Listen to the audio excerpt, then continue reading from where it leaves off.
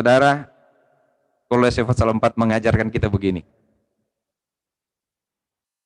Bertekunlah dalam doa dan dalam pada itu berjaga-jagalah sambil mengucap syukur.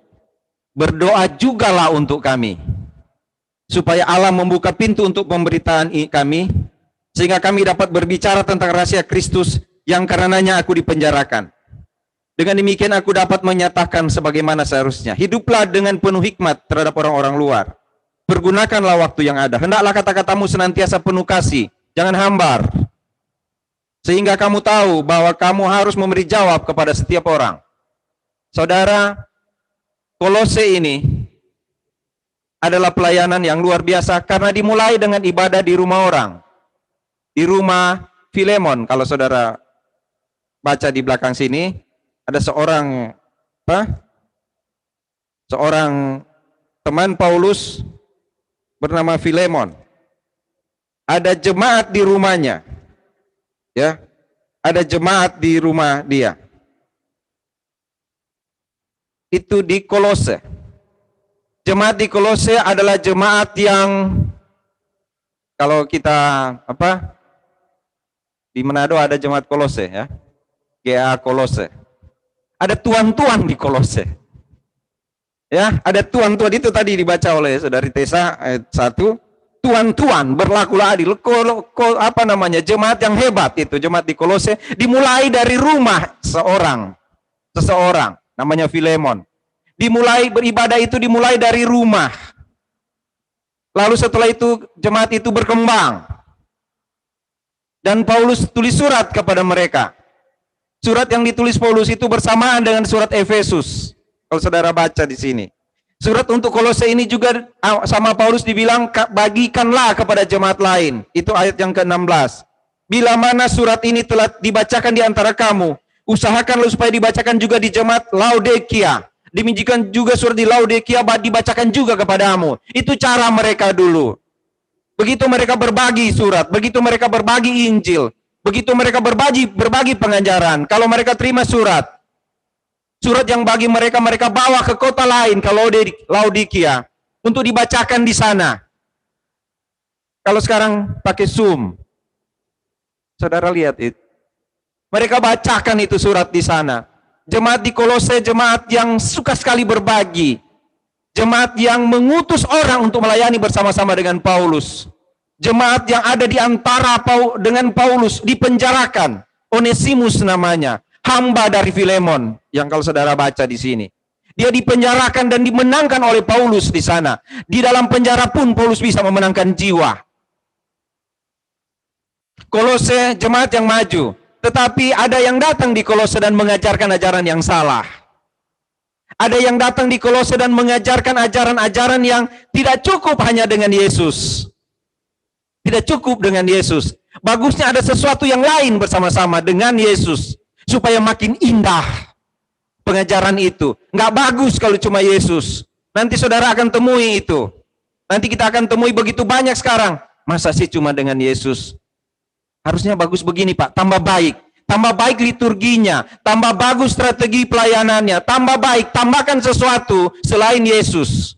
Itu yang dihadapi oleh jemaat di Kolose. Jemaat di Kolose, orang datang dengan filsafat. Orang datang dengan begitu banyak ajaran. Mereka bilang tidak baik kalau Yesus saja menjadi kepala. Tidak baik.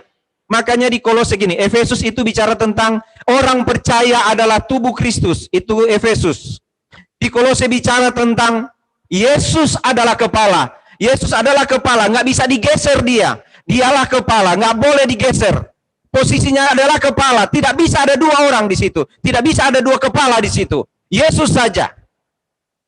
Orang datang dan memberi pengajaran di Kolose yang aneh-aneh. Dan jemaat di Kolose mulai terjepit. Paulus tahu mereka adalah masalah. Dan Paulus sedang ada masalah yang besar. Yaitu Paulus sedang berada di penjara. Pada waktu dia menulis surat Kolose ini, Paulus ada di penjara. Paulus mendengar jemaat di Kolose menghadapi masalah. Tapi Paulus sendiri ada dalam masalah di dalam dirinya. Dia sedang berada di penjara. Seorang hamba Tuhan yang menghadapi masalah. Tetapi ketika jemaat yang dilayaninya, orang-orang yang harus dibimbingnya berada dalam penjara, berada dalam masalah, dia tidak berhenti. itu Paulus. Dia kirim orang pulang bersama-sama ke Kolose dan bilang pada mereka, antarkan surat saya ini kepada mereka. Sampaikan kepada mereka bagaimana keadaan saya. Sampaikan kepada mereka bagaimana seharusnya kamu hidup sebagai orang percaya. Paulus menyampaikan itu. Dan juga tidak sampai di situ. Dia bilang, bagikanlah surat ini kepada orang lain. Bagikanlah kepada jemaat di Laodikia. Bagikanlah. Tapi Paulus sedang ada di penjara. Dia bilang begini di Fatsal 4 ini, saudara lihat. Di Fatsal 4 dia bilang, ayat 3, berdoalah juga untuk kami supaya Allah membuka pintu untuk pemberitaan kami sehingga kami dapat berbicara tentang rahasia Kristus yang karenanya aku dipenjarakan. Paulus dipenjarakan karena dia melayani Tuhan.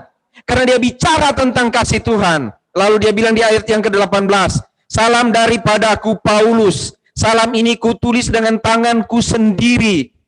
Ingatlah akan belengguku.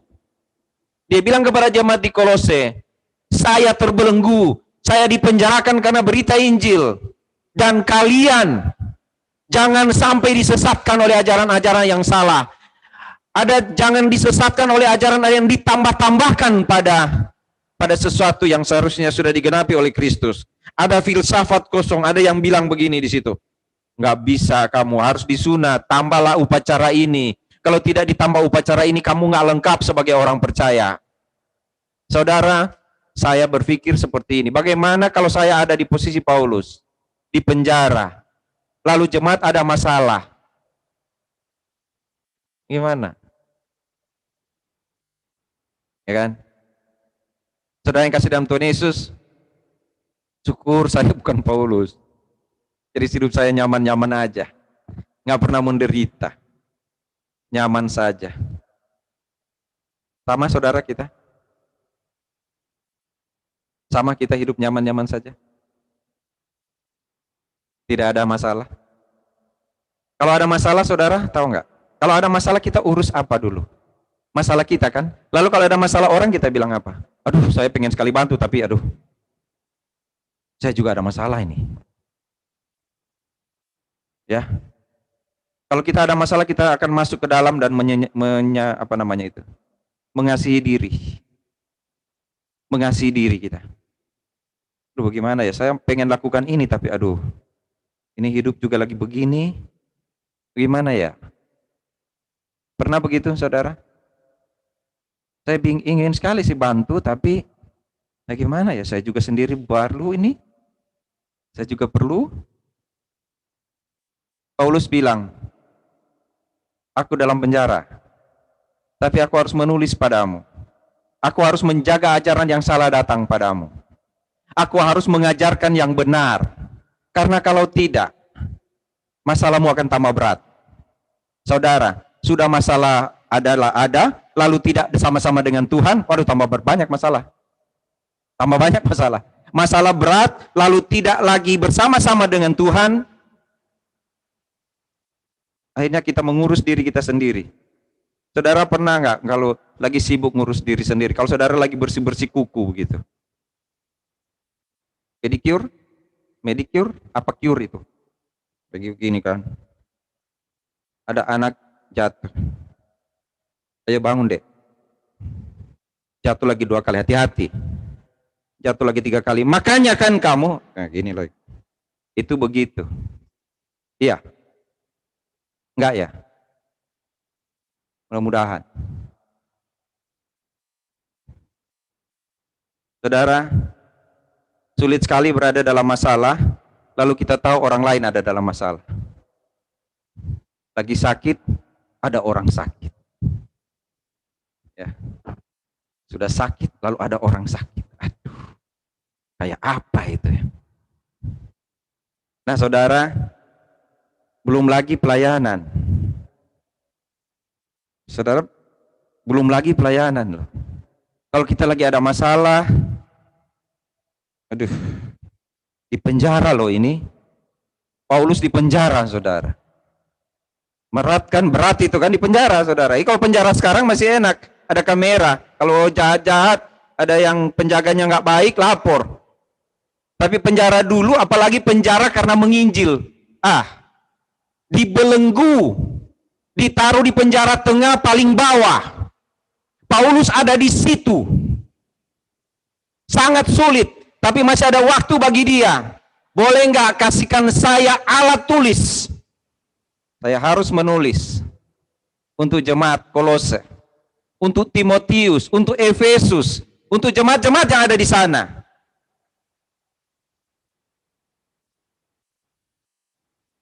Saya mesti menulis. Saya mungkin saya tidak bisa pergi. Saya mungkin tidak bisa pergi.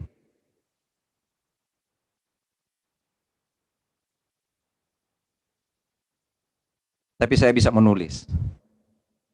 Dan itu yang Paulus lakukan. Saudara, jemaat di Kolose, jemaat yang sudah bagus sekali mereka hidup, tapi ada orang datang mengajar yang salah. Saudara tahu nggak, kita kalau terlalu banyak ngurus ke dalam, nanti banyak orang datang. Nanti banyak orang datang dan berkhotbah. Ingat, Tuhan ini luar biasa ya. Dibuatlah seperti ini ya. Ini sebenarnya kita di BSD ini harusnya banyak sekali pengkhotbah yang bisa berkhotbah di sini. Ya kan? Karena kan cuma lewat Zoom. Bisa. Saya tanya ke pengurus ini, kenapa belum bisa ini kita pakai orang lain? Katanya pengurus, tunggu dulu Pak, kita kan lagi mau perpanjangan gedung. Jadi kita mesti fokus Pak. Nanti kalau gedung sudah diperpanjang Pak, gedung nggak bisa diperpanjang, gedung ini begini doang, mau perpanjang bagaimana sudah begini dia. Ya kan, nanti kalau nanti baru bisa Pak, oke kita tunggu ya. Tapi hati-hati. Hati-hati. Itu Paulus mengasihi jemaat. Sekarang jemaat, mari kita lihat apa yang mesti jemaat buat. Paulus sudah lakukan tugasnya. Paulus sudah melakukan apa yang harus dia lakukan, yaitu dia dipenjara karena dia melayani Tuhan dengan sulit. Sangat susah dia, tapi dia mesti melayani Tuhan. Sekarang apa yang dia minta pada jemaat? Jemaat kalian yang menerima ajaran yang salah, saya mesti bilang, Yesus itu adalah kepala. Itu yang Paulus bilang dalam surat Kolose. Yesus adalah kepala, tidak ada yang bisa menggantikan Yesus di situ. Jangan geser Yesus dari posisinya. Jadi gini, ini kalau saya berdiri begini, ada salib di belakang saya. Di sini, begini. Yesus adalah kepala, bukan Yesus bisa turun begini. Tidak, digeser begini pun nggak bisa. Digeser ke sana atau sini nggak bisa. Yesus adalah satu-satunya. Nggak bisa ditambah, nggak bisa dikurangi.